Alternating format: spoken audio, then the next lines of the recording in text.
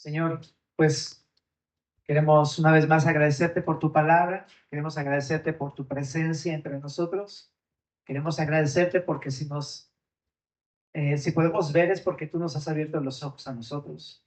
Te pedimos para que una vez más podamos ver las maravillas de tu ley. Haz esta obra posible en nuestras vidas, Señor. En nombre de Jesús. Amén. Hemos estado viendo esta serie de lo que creemos, ¿verdad? Y ahora vamos a estar viendo lo que creemos acerca de la adoración. ¿Qué es lo que te viene a la mente cuando escuchas adoración? Generalmente lo que viene a la mente es cantar, lo que acabamos de hacer, ¿verdad? Y sí, en cierta medida eso es adorar, por supuesto, pero a veces solamente pareciera que la adoración se reduce a cantar en la iglesia. Pareciera solamente eso. Pero en la adoración está involucrado algo mucho más importante que solamente lo que sale por nuestros labios. Jesús decía que todo lo que viene de la boca proviene del corazón realmente. Por lo tanto, lo que más bien importa en todo el proceso de adoración es el corazón. Y eso es lo que Dios quiere realmente. Y vamos a estar estudiando esta mañana acerca de la importancia de eso. ¿Y qué se refiere a la Biblia con esto del corazón? Adorarlo con el corazón. Se refiere a todo nuestro ser, al centro de nuestra voluntad, de nuestros afectos, de nuestros anhelos, de nuestros deseos. Que eso sea Dios. Entonces, eso es adoración. Ahorita lo vamos a ir explayando un poquito. Pero te pedí que abrieras tu Biblia en Génesis 4 porque aquí hay un ejemplo de adoración que aparte marca un fundamento en Génesis acerca de lo que es adorar a Dios. Entonces leamos en el verso número 1, dice, conoció a Adán a su mujer Eva, la cual concibió y dio a luz a Caín, y dijo, por la voluntad de Jehová he adquirido varón. Después dio a luz su hermano Abel, a su hermano Abel, y Abel fue pastor de ovejas, y Caín fue labrador de la tierra. Y aconteció, andando el tiempo, que Caín trajo del fruto de la tierra una ofrenda a Jehová. Y Abel trajo también de los primogénitos de sus ovejas, de lo más gordo de ellas, y miró Jehová con agrado a Abel y a su ofrenda, pero no miró con agrado a Caín y la ofrenda suya. Y se ensañó Caín en gran manera y decayó su semblante. Entonces aquí hay dos hermanos, Caín y Abel. Los dos tenían oficios. El oficio de Abel era un oficio considerado en aquel tiempo de baja categoría, ¿no? Ser un pastor de ovejas. De hecho, se conocían a los pastores como los chismosos del pueblo, básicamente. Nada más se juntan ahí a platicar y a platicar y a platicar. Esa es la fama que tenían los pastores. Y en contraste, pues está Caín, que trabaja la tierra, que trae frutos, trigo y todo esto a la casa. Y pues es algo que también se estimaba como algo muy valioso en aquella época. Ahora cada uno presenta su ofrenda, pero Dios ve a estos dos hermanos y sus ofrendas. Es muy importante ver que Dios no solamente vio la ofrenda que daban, sino que vio a la persona que daba y su ofrenda como algo que va junto. Y entonces eso me pone a pensar muchas cosas, porque las cosas que damos no están desconectadas de lo que somos o la forma en la que somos. ¿Eh? Por eso cuando mira a Abel, lo mira con agrado, pero cuando mira a Caín, no lo miró así. Algo vio Dios. ¿Qué vio Dios en el corazón de estos dos? El problema no fue lo que ofrendaron, porque ambas cosas eran válidas en el sistema de sacrificios. En Levítico vimos que cuando podías, si traías una ofrenda de harinas, ¿te acuerdas? Que era pues, trigo molido, era acepto ante Dios. Entonces, no era problema lo que llevó Caín, ¿no? Y también era válido la ofrenda pues, de una oveja o unas ovejas que trajo Abel, tampoco ese fue el problema. Ajá. Ambos eran aceptos. Pero aquí el problema está más bien en el corazón con el que Caín dio su ofrenda. Ese es el problema que estamos viendo en este capítulo. La forma en la que están presentando las ofrendas es lo que le importa a Dios. No el qué, sino el cómo lo presentamos ante Dios. Caín dio del fruto de la tierra algo que él cultivó. fruto de sus esfuerzos, de su trabajo en la tierra, ahora sí que sudar la gota gorda, ¿no? Es una adoración basada en sus méritos, en sus esfuerzos, en su trabajo. Y a decir por el verso número 4, ¿no? Abel solamente dio algo que él tenía, pero es muy diferente la ofrenda que presentó Abel. Abel dice aquí que dio de los primogénitos de sus ovejas, es decir, de lo más gordo de ellas. Primogénito habla de algo que es primero, lo primero que tuvo, eso fue lo que quería dárselo a Dios. Ajá. Y esto nos muestra que no estaba pensando en sí mismo, ¿no? Sino que más bien estaba pensando en adorar a Dios. Por eso cuando recibió una de sus ovejas, la más gordita, ¿no? La más llenita y la más bonita, pensó en Dios, porque eso es lo más importante para Abel. También dice que ofrendó ovejas, lo que te decía. No habla del fruto de sus esfuerzos, sino de algo que Dios produjo. Simplemente está devolviéndoselo de alguna manera. ¿Ah? Y también dice que de lo más gordo de sus ovejas. ¿Mm? Y esto habla de la grosura. ¿Te acuerdas de Levítico? ¿No? Cómo a Dios le agradaba la grosura. A todos nos encanta la grosura, o sea, la carnita esta con grasita, ¿no? Te decía que la picaña, ¿qué más? La arrachera, ¿no? Ese tipo de carnes que tiene mucha grasita, pues aquí no le gusta, ¿verdad? Porque es suavecita, es blanda, el olor, el sabor, es delicioso. Pero en Levítico vemos que eso era algo grato para Jehová, porque lo que estaba pidiendo del corazón es que le demos lo mejor a él. Ajá. Y resulta que Abel ve esto, ve en su oveja gordita, ¿no? Como lo mejor que puede darle a Dios. Él está pensando en qué es lo mejor, no qué tengo que llevar, sino qué es lo mejor que puedo darle a Dios. Es un corazón completamente diferente de Abel, ¿no? Y el de Caín solamente es como dio de lo que él tenía, ¿no? De lo que él cosechó y así, listo. Pero es una actitud muy diferente de la actitud del corazón de Abel. Pero entonces, ¿qué es lo que te quiero decir? Estas cosas externas hablan mucho del corazón, tanto del corazón de Caín como del corazón de Abel. Esto no es lo único, esto no lo vemos solamente aquí en Génesis, también, por ejemplo, déjame darte dos ejemplos que tienen que ver con esto del corazón. En Marcos 12:45, Jesús vio una viuda pobre que daba su ofrenda en el templo y dijo, de cierto os digo que esta viuda pobre echó más que todos los que han echado en el arca, porque todos han dado de lo que les sobra, pero esta, de su pobreza, todo lo que tenía, todo su sustento. ¿Qué vio Jesús? ¿La cantidad? No, porque ella dio dos blancas, que era como decir, dio 2 pesos, pero era todo su sustento. Sin duda lo que Dios vio fue el corazón con el cual adoró a Dios. Dio 2 pesos, pero lo dio de todo corazón. También en 2 Corintios, capítulo número 9, verso número 2, cuando habla de dador alegre, porque ese versículo conocemos, ¿verdad? Cada uno de él como propuso en su corazón, no con tristeza ni por necesidad, porque Dios ama al dador alegre, ¿no? Eso habla del corazón. ¿Te das cuenta? No habla de algo externo, sino habla del corazón, alegría. ¿Y qué pasa cuando tú das con alegría? ¿Qué habla la alegría del corazón? Pues habla de un corazón contento, de un corazón que está satisfecho con aquello que ha recibido de parte de Dios, no con quejas, ¿no? Sino contento, agradecido. Es un corazón que considera a Dios, es un corazón que depende de Dios. Es un corazón también, por tanto, que en respuesta está dispuesto a dar. De eso habla un corazón alegre. Por eso es lo que nos enseña Pablo, da con un corazón alegre.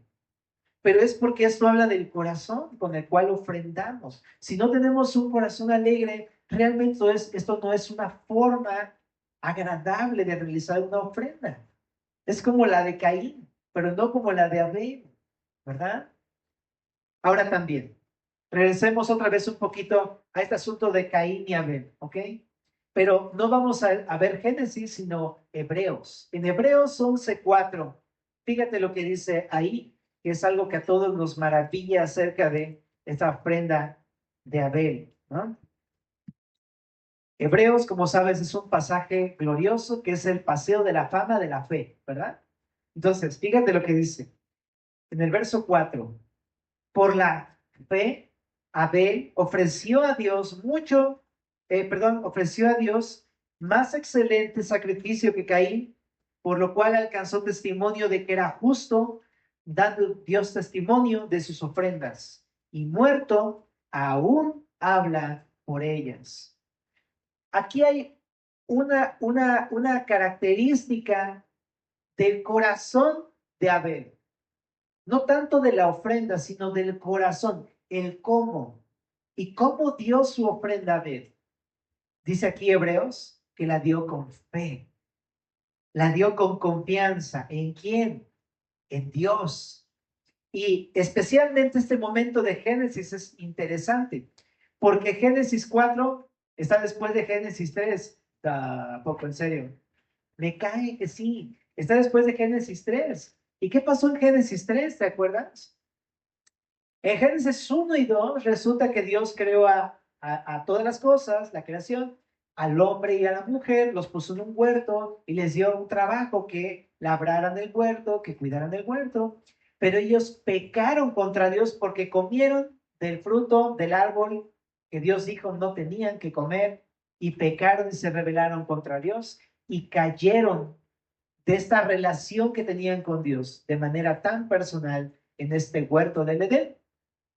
Entonces, después de la caída son echados del huerto y son sacados del huerto para que no comieran del árbol del fruto del bien y del mal y vivieran en esta condición separados de Dios eternamente, ¿no? Y entonces viene el capítulo 4 de Génesis. Y entonces ellos tienen a estos dos hijos, Caín y Abel. Y entonces esta historia se desarrolla después de una promesa que Dios le había hecho a Adán y a Eva, cuando precisamente salieron del huerto. Y eso está en el capítulo 3, verso número 15.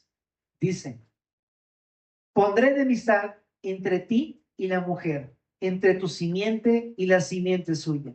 Esta te herirá en la cabeza y tú le herirás en el calcañar.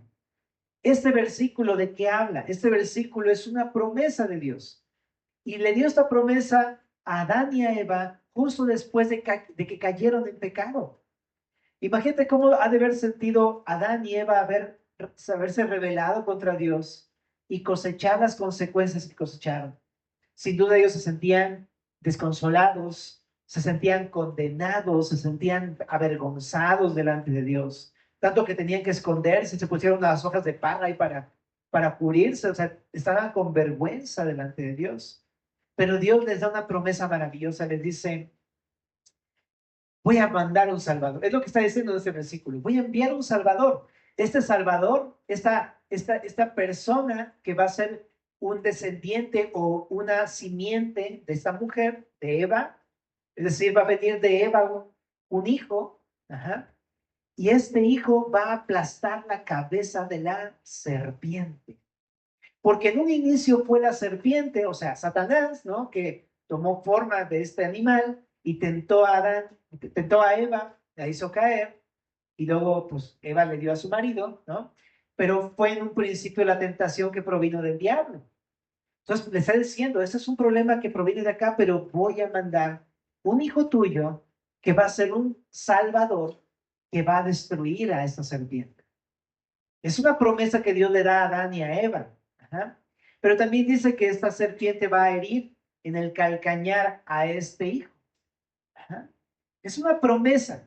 Entonces, Adán y Eva estaban esperando esa promesa, estaban esperando el cumplimiento de Dios, de enviar un Salvador que viniera a solucionar el problema en el que habían caído ellos. Y entonces, cuando vemos que Abel trae este sacrificio y Dios ve en él fe, está hablando de que, por supuesto, Abel tenía en mente eso que Dios había prometido. Y ahora entiendo por qué entonces no está ofreciendo algo vivo como, ya sabes, ¿no? Como una fruta o una verdura o una legumbre, ¿no? Una harina a Dios. Porque cualquiera, si te regalan algo así, dices, ay, gracias, qué lindo, no está increíble. Aquí no le gustan los arcones navideños con frutita y todo, ¿no? Pero, o sea, vienes con un animal muerto y mira qué te traje, felicidades. Tú dices, ¿qué? O sea, pareciera completamente contrario. ¿Qué le pasa? ¿Cómo que un animal muerto, a adorar a Dios con un animal muerto? ¿Qué le pasa a Abel? Pero es que Abel tenía en su mente esto.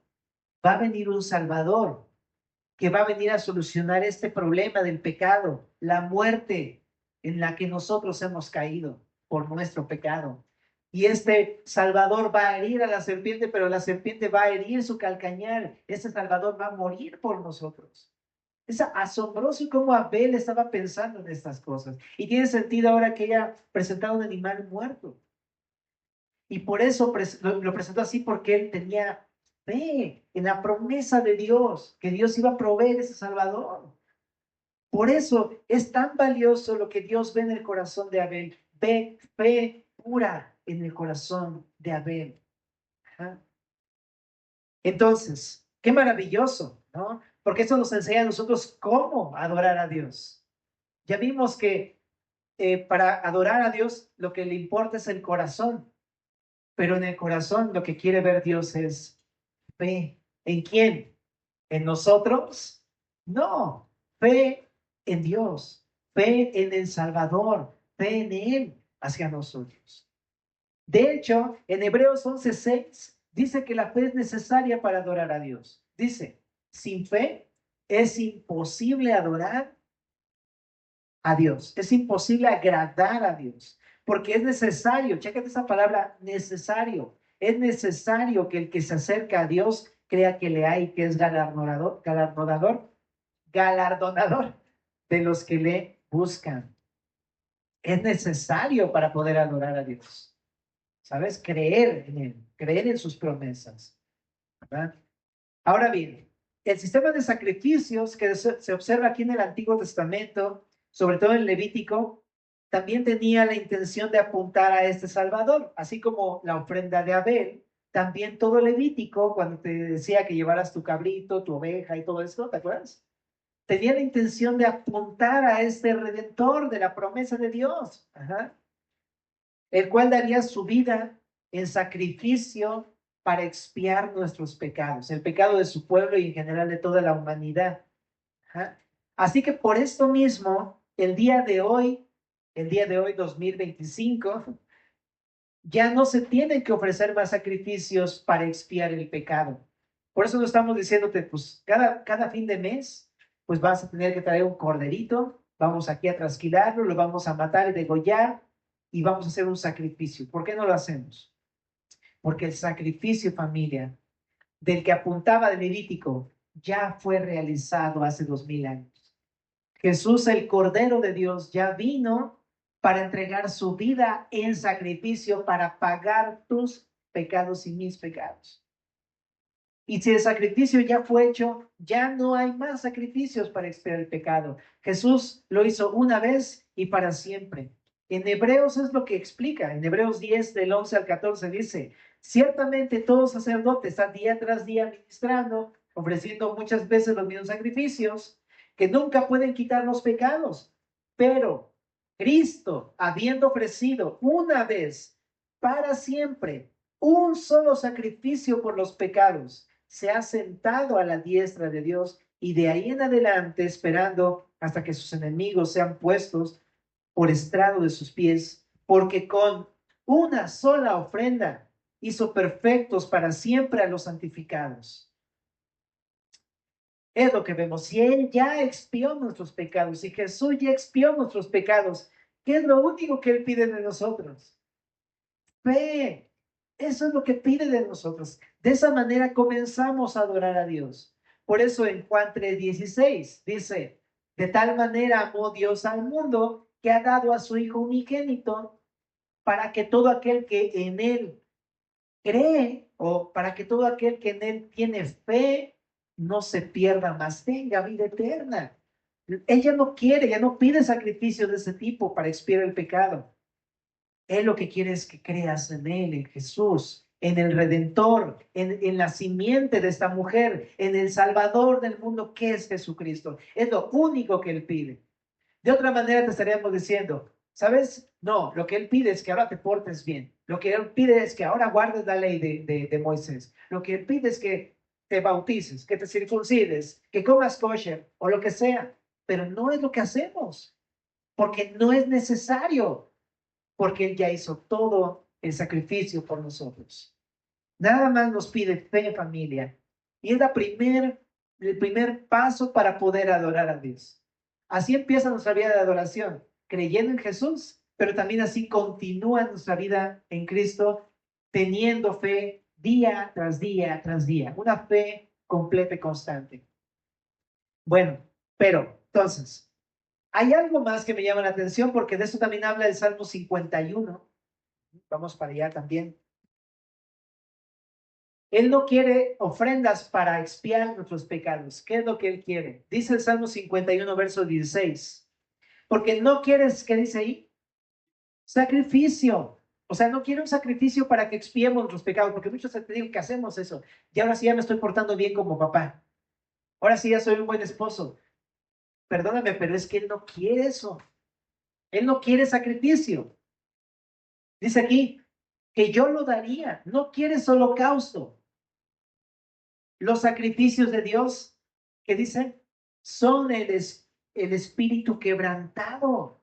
Al corazón contrito y humillado no despreciarás tú, oh Dios. Lo que Él quiere no es sacrificios para expiar nuestros pecados, para lavarnos, para curarnos en sanidad. Eso no es lo que quiere, ¿verdad? Lo que Él quiere es que creamos en Jesús, que nos arrepintamos de nuestro pecado, que vengamos a Él con un corazón contrito y humillado, que reconozca que somos pecadores, que hemos pecado contra Dios. Esa es la forma en cómo Él quiere que vengamos. De hecho, quien escribió esto se llama David. ¿Y por qué lo escribió David? Porque él, siendo el rey de Israel, él pecó de adulterio con una mujer que no era su esposa y aparte era la esposa de otra persona. Y aparte, mató al esposo de Betsabé. Entonces, adúltero, mentiroso y homicida. ¡Wow! Y cuando confiesa su pecado y lo trae a la luz, Dios lo perdona. Y entonces escribe estas cosas. ¡Hey! Dios no quiere sacrificios. Dios no quiere holocaustos. Quiere un corazón arrepentido. Porque él había entendido que él lo había vivido. Dios no quería, pues ya sabes, ¿no? Lo que hace un rey, ¿no? Trabajos y logros y construcciones y conquistas. No. ¿Qué quiere? Su corazón. Quiere un corazón contrito y humillado, arrepentido de corazón. ¿Ah? Entonces, está muy interesante, ¿verdad? Porque, pues, uno puede pensar que uno por traer cosas, por hacer obras para Dios, uno está adorando a Dios. Pero si uno no está arrepentido, realmente Dios ve el corazón. Lo que Él quiere es esto, el corazón. Ahora, la adoración entonces lo que vemos aquí es más que cantar, ¿verdad? Habla de un corazón contrito y humillado. En Isaías 1, en todo el capítulo también dice, hey, ¿a poco creen que lo que me gusta son sacrificios y carne y sangre? Y le dice, no, ven, pongámonos a cuenta, si sus pecados fueran rojos como la grana, como la blanca nieve serán emblanquecidos, ¿verdad? Y esa es una invitación que si el día de hoy tú estás pensando que adoras a Dios o que agradas a Dios, pero no estás arrepentido, vives en pecado, esa es una invitación de Dios. Él quiere perdonarte, Él quiere limpiarte para que verdaderamente puedas adorarlo, ¿verdad? Y dice ahí, venid luego, dice Jehová, estemos a cuentas. Si vuestros pecados fueran como la grana, como la nieve, serán emblanquecidos. Si fueran rojos como el carmesí, vendrán a ser como blanca lana.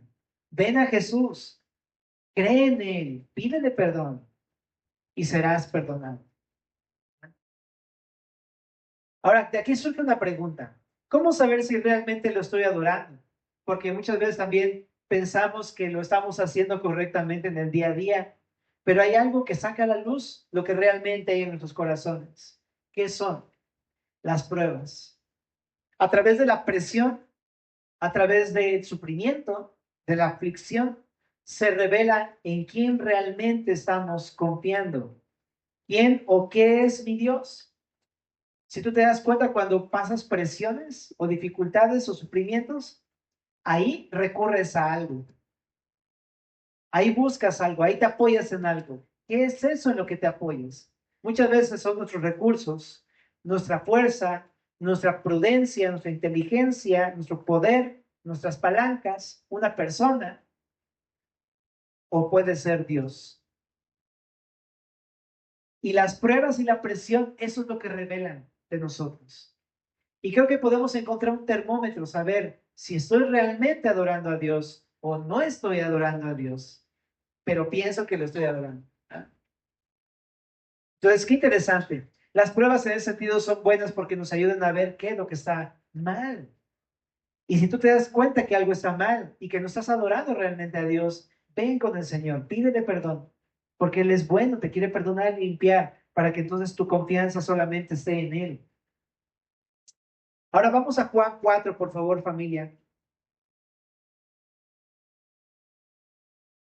En el verso número 21, en lo que llegas para allá, te sabes esta historia probablemente.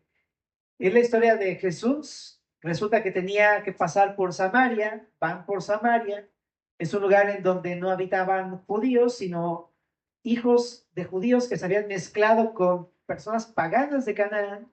Eran los samaritanos, ¿no? Entonces por eso eran excluidos y no le hablaban los judíos a los samaritanos. Pero Jesús decide pasar por allí, ¿no? Entonces llega a un pozo y tiene un encuentro con una mujer que llega a mediodía con un cántaro de agua a sacar agua del pozo, ¿no?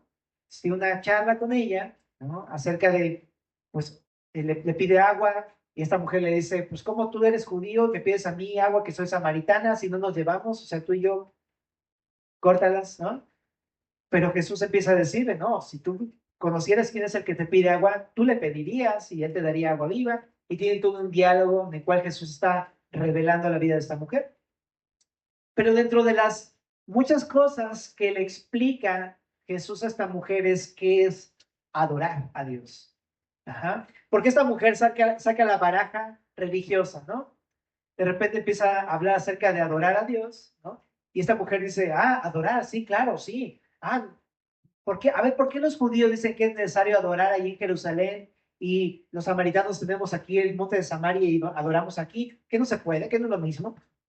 Entonces Jesús le va a explicar que no es importante el dónde, sino el cómo adorar a Dios. Eso es lo que realmente importa. Y es lo que estamos viendo, que lo que importa realmente es la forma, el cómo. Ajá. Y eso es lo que va a mostrarle esta mujer. Y le dice en el verso número 21, mujer, créeme, que la hora viene cuando ni en este monte ni en Jerusalén adoraréis al Padre. Vosotros adoráis lo que no sabéis, nosotros adoramos lo que sabemos porque la salvación viene de los judíos. Mas la hora viene y ahora es cuando los verdaderos adoradores adorarán al Padre en espíritu y en verdad, porque también el Padre tales adoradores busca que le adoren. Dios es espíritu y los que le adoran en espíritu y en verdad es necesario que le adoren. La palabra más repetida aquí es adorar. Ajá. ¿Y qué es adorar? Bueno, creo que de entrada todos ya tenemos una idea de lo que es adorar. Digo, hasta Bronco la sabía, ¿no? Es que no vamos a saber nosotros qué es adorar. Claro que sabemos lo que significa adorar algo, ¿no? Bronco adoraba a una chica, ¿no? Bueno, López Esparza. Pero sabemos a qué se refiere. Es cuando tú le entregas tu corazón a algo, ¿no? Es cuando tú le rindes homenaje o reverencia a algo, ¿no? Eso es adorar a algo. De hecho, la palabra adorar aquí es la palabra prosquineo, que significa, en pocas palabras, es la imagen de un perrito que se inclina a lamer la mano de su amo. Eso es prosquineo en griego. Pero Jesús pone esta imagen precisamente porque habla de una actitud delante de un amo, una actitud de humildad y de reverencia y de respeto, y por tanto me inclino ante esta persona. Y no solamente físicamente, sino habla de algo del corazón, el corazón inclinado delante de alguien. Ajá. Y esta mujer, por eso Jesús empieza a hablar acerca de, cuando esta mujer empieza a decir, nuestros padres adoraron acá, pero no tiene ni idea acerca de lo que es la adoración. Y Jesús le dice, ¿sabes? Te voy a decir unas cosas para aclarar este asunto de la adoración. Esta mujer le pregunta, ¿dónde debemos adorar? Pero te digo, Jesús le dice, no se trata de dónde, sino cómo. Y le aclara más, le dice, ustedes adoran algo que no conocen, a esta mujer se les va a decir, ¿no? En otras palabras, no se puede adorar algo que no conoces. Ajá. Pero también añade que no solo se trata de tener conocimiento de Dios, porque los judíos lo conocían, pero no lo adoraban. ¿Estás de acuerdo con eso? ¿Okay? Entonces podemos también caer en este error de la mujer samaritana, porque muchas veces pretendemos adorar a quien realmente no conocemos. Pero también por otro lado, a veces pretendemos pensar que adorar se trata solamente de venir a conocer de manera teórica lo que dice la Biblia. Pero hay personas en el Nuevo Testamento, los fariseos, los escribas, los saduceos, gente que conocía la palabra mejor que tú y que yo y no adoraban a Dios. Y no se trata de conocimiento. La adoración no se trata de conocimiento meramente. O sea, es implícito tener conocimiento, pero no es eso meramente. Uno puede saber quién es Dios, uno puede saber cómo es Dios y aún así no tener esta actitud de humillación delante de reverencia, de obediencia, de rendición delante de nuestro Señor. Entonces, ¿cómo es un verdadero adorador? Es la pregunta. ¿Cómo uno puede adorar en verdad a Dios? Y Jesús se lo explica a esta mujer y le dice, los verdaderos adoradores adoran al Padre en espíritu y en verdad. En primer lugar, ¿a quién adora el verdadero adorador? Pues a Dios, ¿verdad? No a otra cosa. En Romanos 1:23 dice que hemos cambiado la adoración, la gloria del Dios incorruptible en semejanza de imagen de hombre corruptible, de imágenes de aves, de cuadrúpedos y de reptiles. Es decir, en vez de adorar a Dios, hemos cambiado la adoración a Dios para adorar otras cosas. Lo creado, en vez de adorar al creador. Es realidad. ¿Cómo no adoramos a mi perrito? ¿No? En mi caso, la música era mi Dios, o sea, yo adoraba la música, ¿sabes? Vivía para eso. ¿Cuántos no adoramos nuestro negocio, nuestro tiempo, nuestra comodidad? ¿Cuántos no adoramos nuestra persona? Es decir, cambiamos adorar a Dios por adorar la creación. Ese es el error del ser humano. Pablo por eso lo dice en Romanos capítulo número 1. Por eso dice Jesús, el verdadero adorador toma una determinación en su corazón. En vez de estar adorando cualquier otra cosa que no es Dios, ha tomado la decisión de adorar únicamente a Dios. No lo creado, sino que a Dios, solamente a Dios. Esa es la gran diferencia de un verdadero adorador. ¿Verdad? Ahora también dice, adorarán al Padre en espíritu y en verdad. Eso está pues muy interesante porque ¿qué significa en espíritu? No dice al espíritu, sino dice en espíritu. Y esto habla de alguien que ha nacido de nuevo, un nuevo nacimiento espiritual. Es de lo que habla Jesús a Nicodemo en Juan 3, que llega Nicodemo y le pregunta una serie de cosas, pero Jesús sabía lo que había en su corazón y le dice, de cierto te digo que no puedes entrar en el reino de Dios si no naces de nuevo. Ajá. Y le explica, una cosa es nacer de la carne, otra cosa es nacer del espíritu. Pero yo te digo que es necesario nacer del espíritu si quieres entrar en el reino de Dios. Entonces, lo que está explicando Jesús a Nicodemo aquí es que uno puede nacer de nuevo al creer en Jesús. Es la única forma de nacer de nuevo en el Espíritu. Y es la única forma en la que se puede adorar a Dios. Esa es la forma en que un verdadero adorador adora a Dios. Solamente cuando ha recibido de Dios un nuevo nacimiento al creer en Jesús. Es la única forma. Entonces, una persona que no ha creído en Jesús, en que Jesús siendo Dios murió en la cruz por sus pecados y resucitó al tercer día, por más obras que haga, no es un verdadero adorador, porque no adora en espíritu al Padre. ¿Okay?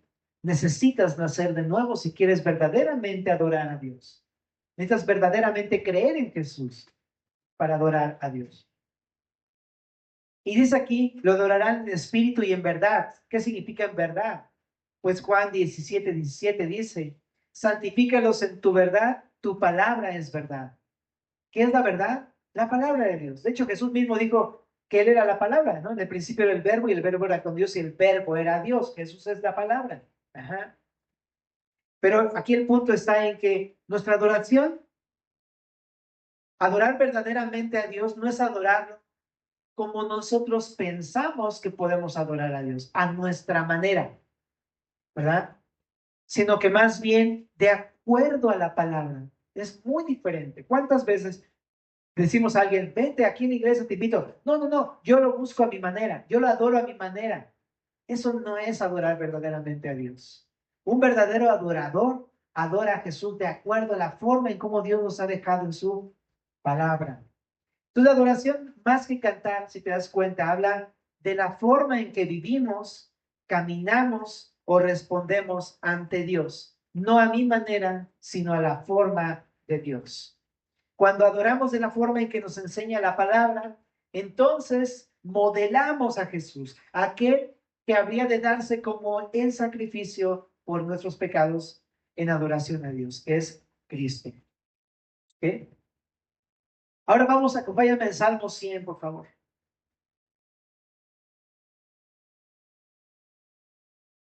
Todo eso que estamos viendo es cómo adorar. ¿Te das cuenta? ¿Cómo adorar? ¿Cómo adorar? Dice aquí en el Salmo 100. Cantad alegres a Dios, habitantes de toda la tierra. Servid a Jehová con alegría. Venid ante su presencia con regocijo. Reconocer que Jehová es Dios. Él nos hizo. Y no nosotros a nosotros mismos. Pueblo suyo somos y ovejas de su prado. Entrad por sus puertas con acción de gracias, por sus atrios con alabanza. Alabadle, bendecid su nombre, porque Jehová es bueno. Para siempre es su misericordia y su verdad por todas las generaciones.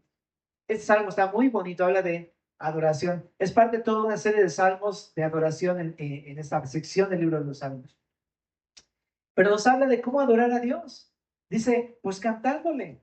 Ya que hemos entendido que lo más importante es nuestro corazón, por lo tanto, del corazón que adora a Dios va a hablar la boca. Un corazón que adora a Dios va a dejarse notar por nuestras palabras, porque vas a querer cantarle, adorarle, bendecirle con tu boca. Hablar palabras que expresen que en tu corazón está Dios habitando. También dice ahí con alegría, por supuesto que ahorita hablábamos de la ofrenda, ¿verdad? Con alegría, porque habla de un corazón contento y agradecido. Dice aquí, reconociendo quién es Dios y quiénes somos nosotros. Solamente somos criaturas suyas, somos suyos, pero Él es Dios. También como con gratitud, ¿verdad? Ahí dice en el verso número 4, con acción de gracias, ¿verdad? No es un corazón que se queja, sino un corazón que agradece y agradece y agradece. Ahora, vamos, mantén tu dedito por ahí en el Salmo 100, pero te voy a leer Romanos 12, que es un pasaje muy importante que habla de la adoración en el Nuevo Testamento, ¿no? Romanos capítulo número 12, en el verso número 1 dice, Pablo, así que hermanos, os ruego por las misericordias de Dios que presentéis vuestros cuerpos en sacrificio vivo, santo, agradable a Dios, que es vuestro culto racional. Aquí hay una forma de cómo adorar a Dios, presentando nuestro cuerpo también.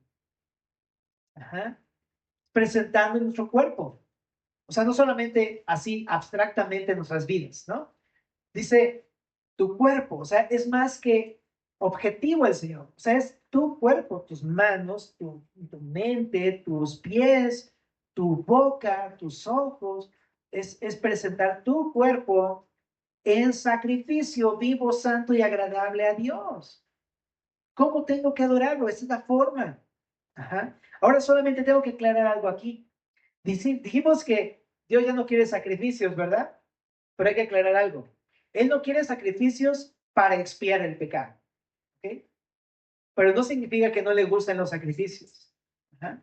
Es decir, si le entregamos nuestro cuerpo para servirle, no es para pagar nuestros pecados. Esos ya fueron pagados en la cruz del Calvario. Pero ya que fueron pagados en la cruz del Calvario y que yo soy perdonado, entonces puedo entregarle mi vida, mi cuerpo, para servirle a Él. Y de eso está hablando Romanos. En otras palabras, ¿cómo adorarlo? Sirviéndole con tu cuerpo. Eso es lo que está expresando, ya no sirviendo con su cuerpo a la iniquidad, Romanos 8, Romanos 7, Romanos 6, sino más bien con nuestros miembros sirviendo a la justicia de Dios. ¿No? Y me encanta porque esto, si te das cuenta, no es un ruego de Pablo, porque es una respuesta hacia Dios. Debe ser voluntario para que sea adoración. Si no fuera voluntario, no fuera adoración. Eso fuera una opresión. Pero se convierte en adoración porque tú quieres, aunque no tienes por qué, pero quieres hacerlo con todo tu corazón. Ahora, quiero decirte esto. El sacrificio del que habla aquí entonces no es para expiar el pecado porque ese ya fue expiado por Cristo, pero por consecuencia, si hemos creído en Él, vamos a querer adorarle y no hay otra forma más lógica, no hay otro culto más racional, que hacerlo entregándole nuestro propio cuerpo en sacrificio vivo, santo y agradable a Dios. Me encanta porque no es un sacrificio como antes expiatorio, es un sacrificio de otra categoría, es un sacrificio vivo. Con tu vida, con tus obras, ¿verdad? Es un sacrificio vivo, santo, ¿no? Apartado, pues, del pecado para servir a Dios y agradable a Dios. Esa es la forma en cómo adorar a Dios. Pero aquí también este versículo te habla de por qué adorar a Dios. Dice aquí, por las misericordias de Dios, les ruego que adoren. ¿Ah? Entonces, el motivo es esto, familia, sus misericordias, que también se puede traducir su amor.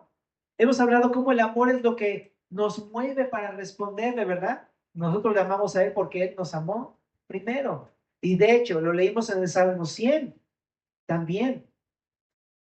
Cuando leímos ahí, vimos que es porque Dios es bueno, porque para siempre es su misericordia, es por su bondad y por su misericordia, es por su amor, ¿no? Ahora, ¿quién puede adorar a Dios? Me encanta porque en el Salmo 100 también vimos que decía, cantad alegres a Dios, habitantes de toda la tierra. Esa es una invitación para todos. ¿Sí? Y también dice, ¿en dónde? En Hechos 2:46 al 47, solamente para que lo cheques en casa. Pero ahí habla de cómo los primeros cristianos se juntaban en domingo, el primer día de la semana. ¿Para qué? Para comer juntos con alegría y sencillez de corazón, pero también para alabar a su Dios. Entonces es una invitación para hacerlo ¿en dónde? En la iglesia. No solamente en tu casa de manera personal, vente a la iglesia, junto con tu familia.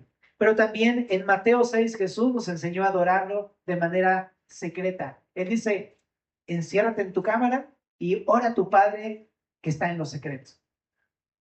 Y esto habla de una adoración que también se tiene que adorar en la iglesia, pero podemos adorarlo de manera íntima y personal en casa. ¿Y cuándo adorarlo? Y con eso termino. Hebreos 13:15 dice lo siguiente. Así que ofrezcamos siempre a Dios por medio del sacrificio de alabanza, es decir, fruto de labios que confiesan su nombre. ¿Cuándo adorar a Dios? Siempre, familia, continuamente, constantemente, viendo en cada momento, en cada problema, en cada situación, una oportunidad para adorar a Dios. Oramos. Señor, muchísimas gracias por tu palabra una vez más, Señor. Gracias por hablarnos a través de este tema tan maravilloso. Queremos pedirte para que tú, pues, produzcas este querer como el hacer por tu buena voluntad. Conviértenos en verdaderos adoradores, Señor. Que te adoren con fe, que te adoren en espíritu y en verdad, de acuerdo a tu palabra, Señor, nacidos de nuevo, como olor grato y fragante delante de tu presencia, Señor Jesús. Te suplicamos que transforme nuestro corazón para adorarte más así como tú quieres, Señor. Y Padre, gracias por tu palabra en esta mañana que nos sigue bendiciendo, transformando y edificando para la gloria de tu precioso nombre. En el nombre de Jesús. Amén.